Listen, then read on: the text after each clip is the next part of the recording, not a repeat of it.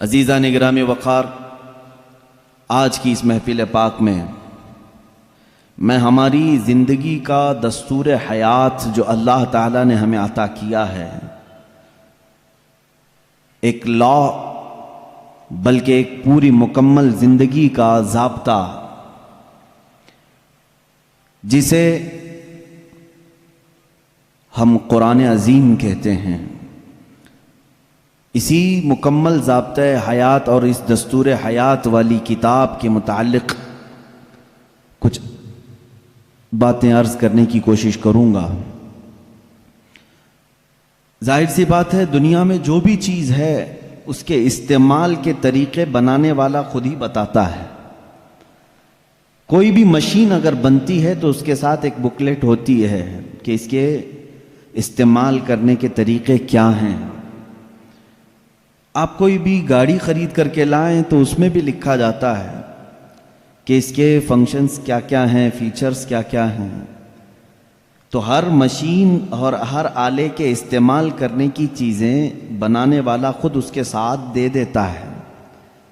اسی طرح میرے عزیزو، تمام جہاں کے انسانوں کو پیدا کرنے والے خالق نے انسان کی پیدائش سے لے کر موت تک کیسے جینا چاہیے، کیسے رہنا چاہیے، اس کے لیے جو ضابطہ بنایا ہے وہ قرآن بنا کر نازل فرمایا ہے۔ یہ اور بات ہے کہ قرآن سے آج خود ہماری امت بہت پیچھے جا رہی ہے۔ یاد رکھنا ایک بات، اقبال نے کہا تھا،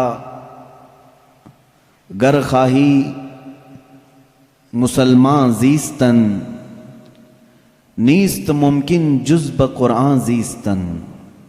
اگر تم چاہتے ہو کہ مسلمان ہو کر کے جیو تو یہ بات ممکن ہی نہیں ہے کہ قرآن چھوڑ کر کے جی سکو۔ قرآن کے بغیر تمہاری زندگی ہی نہیں ہے، تمہارا وجود ہی نہیں ہے۔ یوں سمجھ لیں کہ جتنا زندہ رہنے کے لیے ہوا پانی کھانے کی ضرورت ہے، اسی طرح تمہارے ایمان اور اسلام کے زندہ رہنے کے لیے قرآن اتنا ہی ضروری ہے۔ بنا قرآن کے تمہاری زندگی نہیں۔ قرآن ایک ضابطۂ حیات صرف مسلمانوں کے لیے نہیں، اگر لوگوں کی تعصب کی اینک نکل جائے تو میں کہتا ہوں یہ سارے جہاں کے انسانوں کے لیے ضابطۂ حیات ہے، پورے دنیا کے انسانوں کے لیے، چاہے وہ آج کسی بھی دین سے تعلق رکھتے ہوں، ان سب کے لیے قرآن ضابطۂ حیات ہے۔ قرآن بتاتا ہے جینے کے سلیقے کیا ہیں، کون سی چیز تمہارے جسم کو فائدہ پہنچا سکتی ہے، کون سی چیز نقصان پہنچا سکتی ہے۔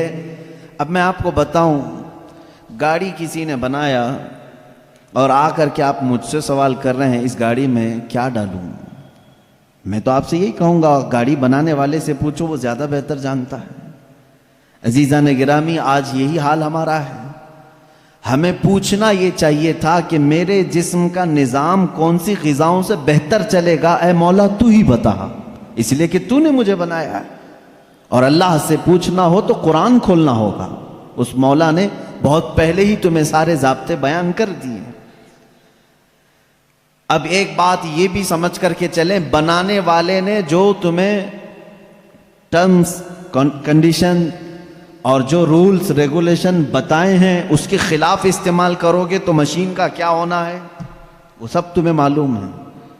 جا کر کے کار خرید کر کے لائے اور اس کے ساتھ بکلیٹ بھی ملی تھی، انہوں نے کہا تھا کمپنی والوں نے یہ کار پیٹرول سے چلتی ہے۔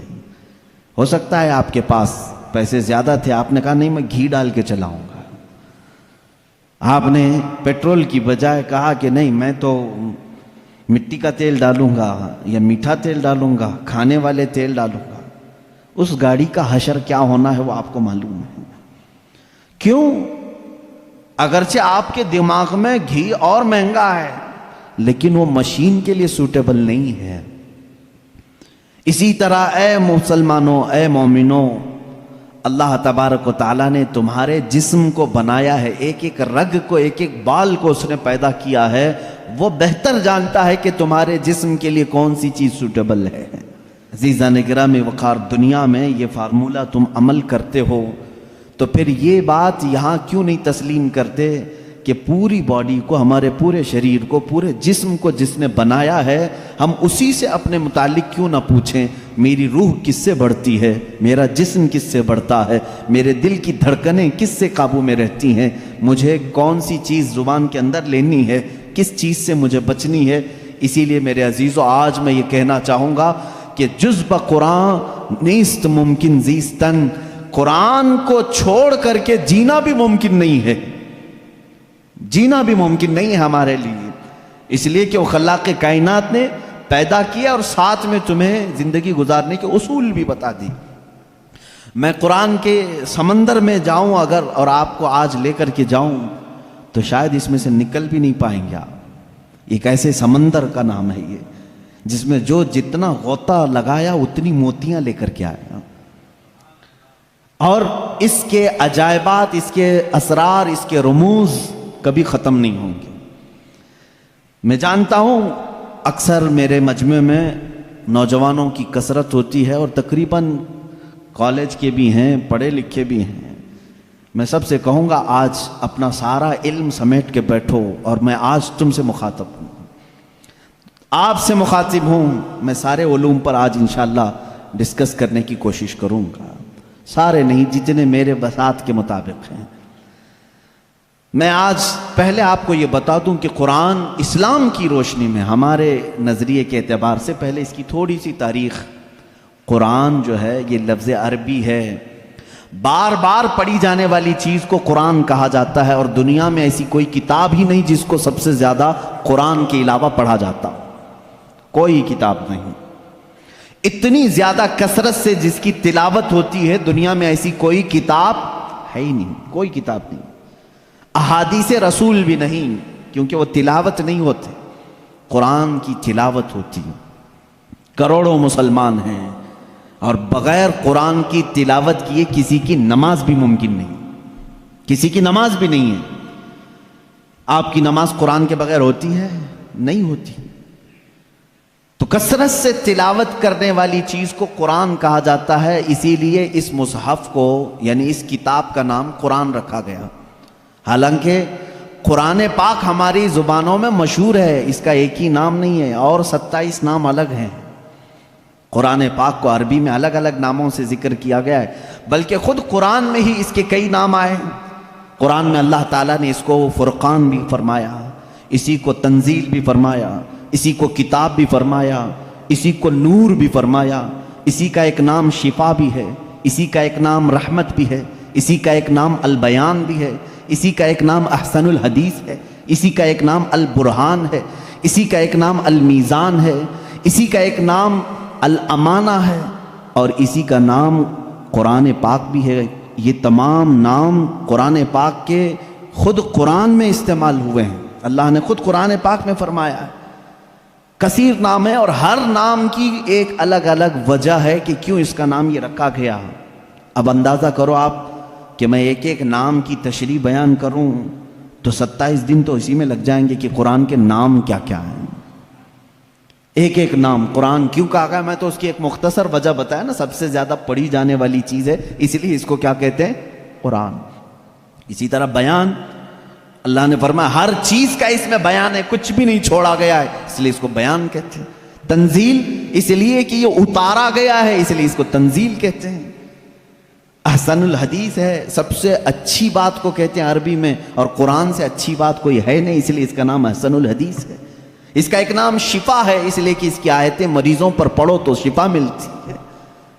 اس کا نام ہدا ہے, اس لیے کہ اس میں ہدایت کی آیتیں ہیں, بھٹکا ہوا بندہ اگر پڑھ لے تو سیدھے راستے پر آ جائے. اس کا نام رحمت ہے, اس لیے کہ غم میں اگر کبھی بندہ اس کو پڑھ لے, بلکہ حضور اکرم صلی اللہ علیہ وسلم نے فرمایا اپنی میتوں پر سورہ یاسین پڑھو, ان پر رحمت ہوتی ہے. تو قرآن کا نام رحمت بھی ہے. اسی لیے قرآن کے اسماء اور قرآن کے ناموں کی تفصیل اپنا ایک الگ ٹاپک ہے, لیکن میں آپ کو بتاؤں جس قرآن کو ہم نے ترک کیا ہوا ہے آج, اے میرے عزیز بچوں, آج کی محفل کے بعد میں سب سے کہوں گا عہد کر کے اٹھنا کہ اے اللہ مجھے اس وقت تک موت نہ دے جب تک میرے سینے میں قرآن کا کوئی حصہ نہ آ جائے. اس لیے کہ رسول کریم صلی اللہ علیہ وسلم نے فرمایا جس مسلمان کے سینے میں قرآن کا کوئی حصہ نہیں، حضور پاک صلی اللہ تعالیٰ علیہ وسلم نے فرمایا وہ قبرستان کی طرح ویران ہے۔ جس گھر میں قرآن کی تلاوت نہیں ہوتی وہ گھر ویران ہے، خراب۔ حضور اکرم صلی اللہ علیہ وسلم نے فرمایا وہاں سے فرشتوں کی دوری ہوتی ہے، اور شیاطین اور سرکش جنات ان کے گھروں میں بسیرا کرنے لگتے ہیں جن گھروں میں قرآن کی تلاوت نہیں ہوتی۔ قرآن کا ایک حصے سے مراد چند آیتیں، چند سورتیں بھی اگر تمہیں یاد ہیں، انشاءاللہ العزیز آپ اس کی فضیلت کے ساتھ قیامت کے دن شفاعت کے مستحق بھی ہوں گے۔ قرآن کا تھوڑا حصہ بھی اگر تمہارے سینے میں موجود ہے، اس لیے کہ اللہ کے حبیب صلی اللہ تعالیٰ علیہ وسلم سے صحابہ اکرام نے فرمایا، عرض کیا آقا دنیا سے جانے کے وقت سب سے اچھی چیز کیا لے کر کے جائیں اس دنیا میں؟ حضور پاک صلی اللہ علیہ وسلم نے فرمایا رب تعالیٰ کے نزدیک وہ بندہ دنیا میں لانے والی چیزوں میں سب سے بہتر ہے جو قرآن اپنے ساتھ لایا ہو۔ قرآن اپنے ساتھ لایا ہو مطلب کیا ہے؟ قبر میں یہ لکھا ہوا قرآن رکھ دیا آپ نے اور یہ سوچا کہ ہماری میت قرآن لے کر جا رہی ہے۔ میاں قرآن یہ ورقی قرآن نہیں کہہ رہا ہوں میں، قرآن وہ نفس قرآن جو لوح محفوظ میں ہے اور تمہارے دلوں میں اترا ہوا ہے، اس قرآن کی بات کر رہا ہوں۔ وہ قرآن جس نے بھی اپنے سینے میں رکھا اور اللہ کی بارگاہ میں گیا، اس کی سفارش قرآن کی مردود نہیں ہوتی۔ رسول کریم صلی اللہ تعالیٰ علیہ وسلم فرماتے ہیں دو چیزیں تمہارے عمل میں سے، تمہارے عمل جتنے بھی ہیں دنیا میں، جیسے نماز، روزہ، حج، زکوٰۃ، خیرات، صدقات، یہ سب جو اعمال ہیں، ان سارے اعمال میں سے دو عمل ایسے ہیں حضور پاک صلی اللہ علیہ وسلم فرماتے ہیں وہ قیامت کے دن ان کو اللہ تعالیٰ شکل دے گا، انسانوں جیسی ایک شکل، اور وہ اپنے ساتھی کی سفارش کرنے کے لیے جھگڑا کریں گے۔ وہ آئیں گے سفارش کے لیے، پوچھا گیا وہ کون سی؟ کہا ایک روزہ رمضان، اللہ تعالیٰ اس کو شکل دے گا، اور دوسرا قرآن، اس کو بھی شکل دی جائے گی۔ حضور اکرم صلی اللہ تعالیٰ علیہ وسلم نے فرمایا جس کے حق میں یہ دونوں نے سفارش کر دی اس پر جنت واجب ہو گئی، اور جس کے خلاف آ کر کے یہ دونوں کھڑے ہو گئے، میرے آقا صلی اللہ علیہ وسلم فرماتے ہیں پھر اس پر دوزخ میں جانا لازم ہو جائے گا۔ اگر یہ دونوں آ کر کھڑے ہو گئے کسی کے خلاف، قرآن اور رمضان کہے گا کہ مولا میں اس کے گھر جاتا تھا، اس نے بے حرمتی کی ہے، میری بے عزتی کی ہے، میں جب جاتا تھا تو یہ بے حیائیاں ویسے ہی کرتا تھا، میرا ادب و احترام کبھی نہیں کیا اس نے۔ اگر رمضان ہمارے خلاف کھڑا ہو گیا اور قرآن اگر یہ کہہ دیا کہ مولا کبھی اس نے مجھے اپنے سینے سے نہیں لگایا، کبھی میری آیتیں تلاوت نہیں کیا، اس کو آج معاف نہ کیا جائے، رب تعالیٰ ان دونوں کی سفارش اس حق میں بھی قبول کرے گا اور دوزخ میں بھیجے گا۔ اللہ کے رسول صلی اللہ تعالیٰ علیہ وسلم جو سید المعصومین ہیں، بخشے ہوئے ہیں، وہ دعا یہ کرتے تھے اللہم اجعل القرآن حجتا لنا لا حجتا علینا، اے اللہ قرآن کو قیامت کے دن ہمارا سفارشی بنا، ہمارے خلاف مقدمہ کرنے والا نہ بنا۔ اندازہ کرو رسول کریم صلی اللہ تعالیٰ علیہ وسلم جب یہ دعا فرماتے تھے، اس قرآن کو تم ہلکا نہ سمجھو۔ اے مسلمانوں سوچنے کی بات ہے، تمہارے پاس 1000 کتابیں نہیں ہیں، ایک ہی قرآن ہے جس سے ساری امت کو جوڑا گیا ہے۔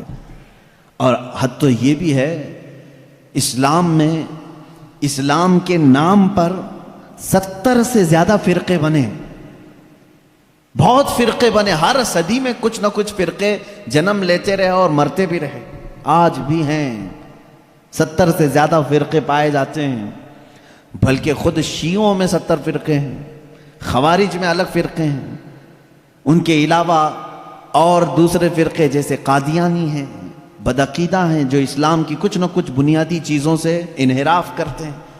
لیکن میں آپ کو بتاؤں تقریباً جتنے اسلامی فرقے ہیں سب کا اتفاق ہے کہ قرآن یہی ہے، کوئی اور نہیں۔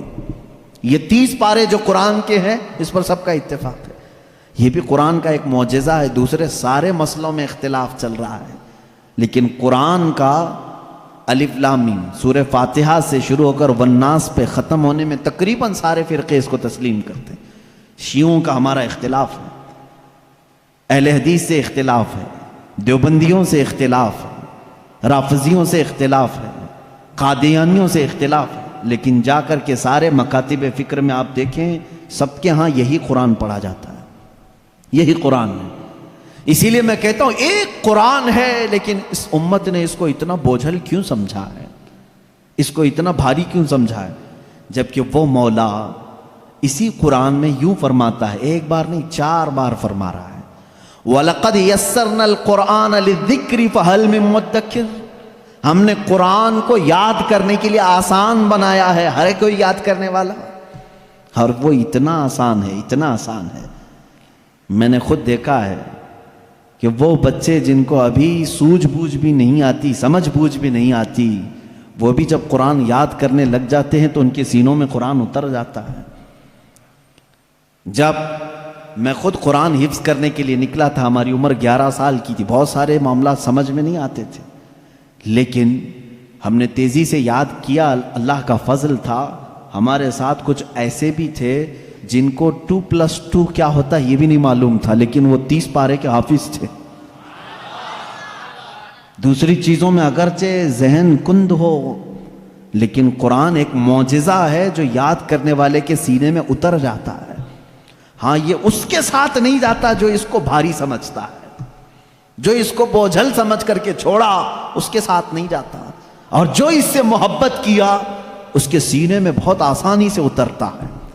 میں نے تو محسوس کیا ہے، ہمارے ساتھ ایسا بھی ہوتا رہا ہے، استاد بیٹھے ہوئے ہیں سنتے رہتے تھے، ایک دن کا اتفاق ایسا ہوا کہ خبر یہ لگی کہ کل شاید استاد آنے والے نہیں ہیں، موج مستی کرتے ہیں سارے، کل کا تو سبق چھٹی ہے، کچھ یاد نہیں، کیونکہ پہلے ہی معلوم ہو گیا استاد نہیں آنے والے ہیں، اور صبح 8 بجے سے کلاس چلتی تھی، 9 بجے تک نہیں آئے تو پکا ہو گیا کہ آئیں گی، کلاس بند کر کے نکلنے ہی والے تھے کہ استاد سامنے نظر آ گئے۔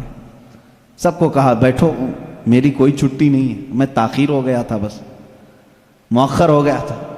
اب سبق سنانے کے لیے جس کو بھی بلایا جائے، ظاہر سی بات ہے جو سختیاں ہوتی تھیں کہاں سے، رات کو یاد نہیں کیے، صبح یاد نہیں کیے، سامنے اچانک سننے کے لیے۔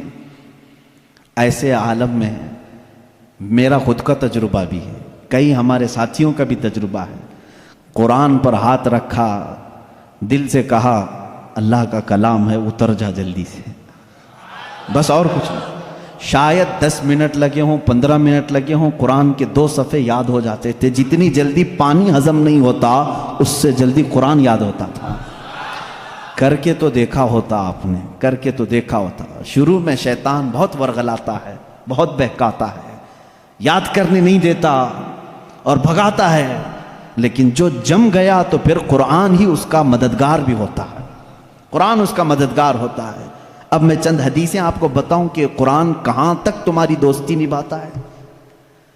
پہلی بات، کچھ لوگ ڈر کر کے چھوڑے ہوئے، ہم تو پڑھ ہی نہیں پاتے تھے، اس پر بھی میں آج ایک حدیث پڑھا، حضرت عائشہ صدیقہ رضی اللہ تعالی عنہا سے مروی ہے، فرماتی ہیں رسول کریم صلی اللہ تعالی علیہ وسلم نے فرمایا الماہر فی القرآن، جو قرآن کا ماہر ہے، یعنی اچھی تجوید میں تلاوت کرتا ہے اور اس کے معنی بھی سمجھتا ہے، سب سمجھتا ہے، حضور اکرم صلی اللہ علیہ وسلم نے فرمایا قیامت کے دن وہ معزز محترم فرشتوں اور انبیاء کے ساتھ ہوگا۔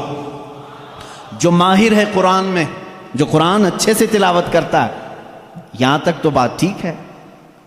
آگے میرے آقا صلی اللہ علیہ وسلم فرماتے ہیں والذی یقرأ القرآن یتتعتع فیہ وعلیہ شاق فلہ اجران او کما قال رسول اللہ صلی اللہ علیہ وسلم۔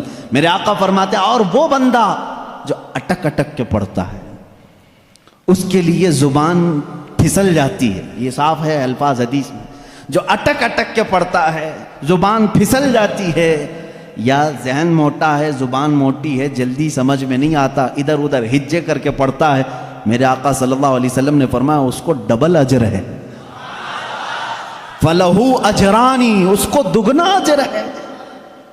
تو کیوں چھوڑ دیا تھا اس قرآن کو؟ یہی سوچ کر کہ پتہ نہیں کہاں غلطی ہو جائے، تم لگے رہتے ہیں، ایک دن وہ آ جاتا جب ہماری زبانوں کی لکنت کو بھی یہ صحیح کر دیتا۔ قرآن پاک علاج بھی ہے، شفا بھی ہے، دوا بھی ہے، رزق بھی ہے، رحمت بھی ہے۔ عزیزان گرامی، میرے آقا صلی اللہ تعالیٰ علیہ وسلم نے فرمایا، احادیث کے چند جملے میں آپ کے سامنے رکھ دوں۔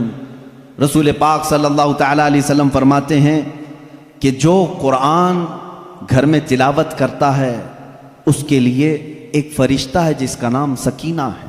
حضرت اسید بن حضیر رضی اللہ تعالیٰ عنہ ایک صحابی ہیں، وہ رات میں تلاوت کر رہے تھے، اچانک بادل کا ایک ٹکڑا نیچے آ گیا۔ بادل کا ٹکڑا کبھی نیچے آپ نے دیکھا نہیں ہوگا، اس میں کیا ہوتا ہے معلوم ہے؟ جیسے فریج کھولنے کے بعد بہت تیز شبنم جیسی ٹھنڈک رہتی ہے، اس طرح بادلوں کو کچھ جمی ہوئے پانی اور برف جیسی چیزیں گھیری ہوئی رہتی ہے، ایک ٹکڑا ان کے اوپر آ گیا۔ حضرت اسید ڈر گئے، ان کا گھوڑا ہنہنانے لگا، تیزی سے اچھل کود کرنے لگا، اور وہ قرآن پڑھ رہے تھے اس وقت، اور انہوں نے قرآن چھوڑ دیا اور صبح حضور اکرم صلی اللہ علیہ وسلم کے دربار میں آئے، کہا یا رسول اللہ صلی اللہ علیہ وسلم مجھے ڈر لگ رہا ہے، رات کو میں چھت پر بیٹھ کر قرآن پڑھ رہا تھا، صرف میری بیوی ہے اور میرے گھر میں ایک گھوڑا ہے، مجھے ڈر یہ لگا کہ آسمان سے کچھ برس جائے گا اور میں ہلاک ہو جاؤں گا۔ بادل کا ٹکڑا یہاں تک آ گیا تھا، سر تک آ گیا تھا، اور میرا گھوڑا بھی دیکھ کر کے ہنہنانے لگا، اچھل کود کرنے لگا، یہ کیا معاملہ ہے؟ اللہ کے حبیب صلی اللہ تعالیٰ علیہ وسلم نے فرمایا، مسکرایا، کہا اسید تلاوت چھوڑ کیوں دیا؟ اور پڑھتے رہتے ہیں، اس لیے کہ وہ فرشتہ ہے جسے قرآن سننے کا بہت شوق ہے۔ جب بھی کوئی قرآن تلاوت کرتا ہے تو آسمانوں سے اتر آتا ہے، یہاں تک کہ میرے آقا صلی اللہ علیہ وسلم نے فرمایا فجر کی نماز میں آؤ، اپنے منہ صاف کر کے آؤ، اپنے منہ کی بدبو نکال کر کے آؤ۔ پوچھا کیوں؟ فرماتے ہیں میرے آقا صلی اللہ علیہ وسلم جب تم نمازوں میں قرآن کی تلاوت کرتے ہو کچھ ایسے فرشتے ہیں وہ اپنا منہ تمہارے منہ سے لگا دیتے ہیں، تو منہ کی بدبو نہ ہو، فرشتوں کو تکلیف نہ ہو، اس لیے کہ وہ قرآن سننے کے شوقین ہیں۔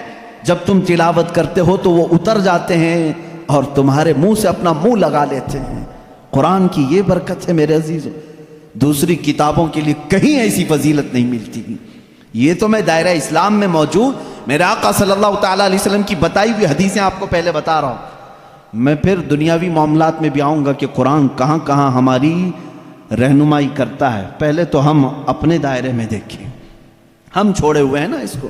اقبال نے کہا تھا وہ زمانے میں معزز تھے مسلمان ہو کر، آج تم خار ہوئے ہو تاریک قرآن ہو کر۔